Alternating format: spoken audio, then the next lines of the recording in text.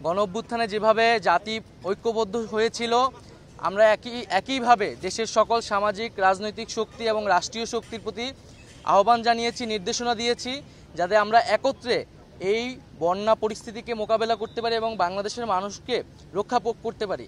সেই জায়গা থেকে কিন্তু আমরা সরকারি বেসরকারি সকল প্রতিষ্ঠানের কাছে নির্দেশনা দিয়েছি এগিয়ে আসার জন্য।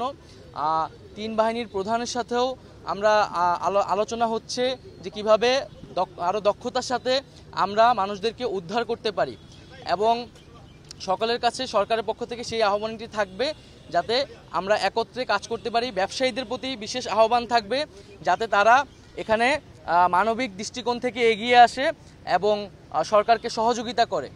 দ্বিতীয় আরেকটি বিষয় হচ্ছে যে আমরা দেখতে পাচ্ছি যে উজানের পানি বাংলাদেশে ধেয়ে সেই বন্যা পরিস্থিতি তৈরি করছে, এবং কোনো ধরনের আগাম সতর্কতা এবং প্রস্তুতি নেবার সুযোগ না দিয়েই এই যে বাঁধ খুলে দেওয়া হয়েছে, এটির মাধ্যমে ভারত অমানবিকতার পরিচয় দিয়েছে এবং বাংলাদেশের সাথে অসহযোগিতা করছে। আরএফএল গ্যাস স্টোভ 25% গ্যাস সাশ্রয়, তাই টাকাও বাঁচে 25%।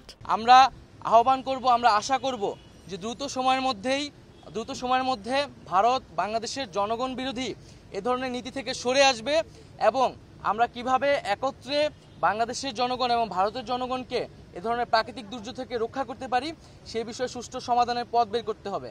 বাংলাদেশের মানুষ এই বিষয়টি নিয়ে, শিক্ষার্থী এবং জনগণ ভারতের এই নীতি নিয়ে কিন্তু ক্ষুব্ধ, এবং বাংলাদেশের জনগণ দীর্ঘদিন ধরে বাংলাদেশের যে পানির ন্যায্য হিস্সা সেটির জন্য আন্দোলন করছে, সেটির জন্য কথা বলে আসছে। তো আমরা আশা করব যে ভারত বাংলাদেশের সম্পর্কের ভিতরে কোনো টানাপোড়েন যাতে না রাখা হয়, এবং একটা ন্যায্যতার ভিত্তিতে যাতে ভারত বাংলাদেশের রাষ্ট্রীয় সম্পর্ক প্রতিস্থাপন করা হয়।